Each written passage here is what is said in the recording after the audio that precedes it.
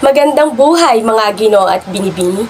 Ngayon ay magkakaroon tayo ng isang pampasiglang gawain na pinamagatan ko, anong say mo?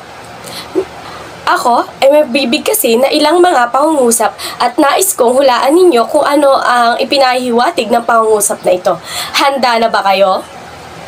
Ngayon, kung handa na kayo ay mag-umpisa na tayo. Ang unang pangungusap ay ang ganda ko? Ano kaya ang pinahihiwatig nito? Uulitin ko. Ang ganda ko? Ang ikalawang pangungusap naman ay ang ganda ko. Uulitin ko. Ano kaya ang pinahihiwatig nito? Ang ganda ko.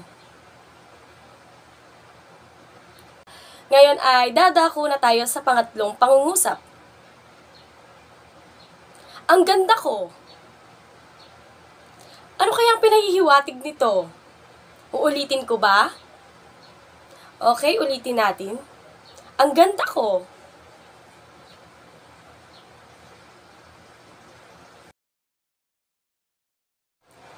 Ngayon ay dumako naman tayo sa pang-apat na pangungusap. Ito ay hindi maganda. Uulitin ko para mas lalo niyong maunawaan. Hindi maganda. Ano kaya ang pinahihiwatig ng pangungusap na ito? Ngayon, dumako tayo sa ikalimang pangungusap. Hindi maganda.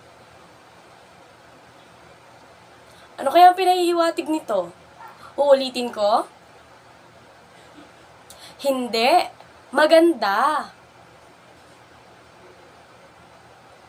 At yun lamang para sa ating pagganyak, naway nagkaroon kayo ng ideya kung ano nga ba ang ating tatalakayin sa araw na ito. Maraming salamat!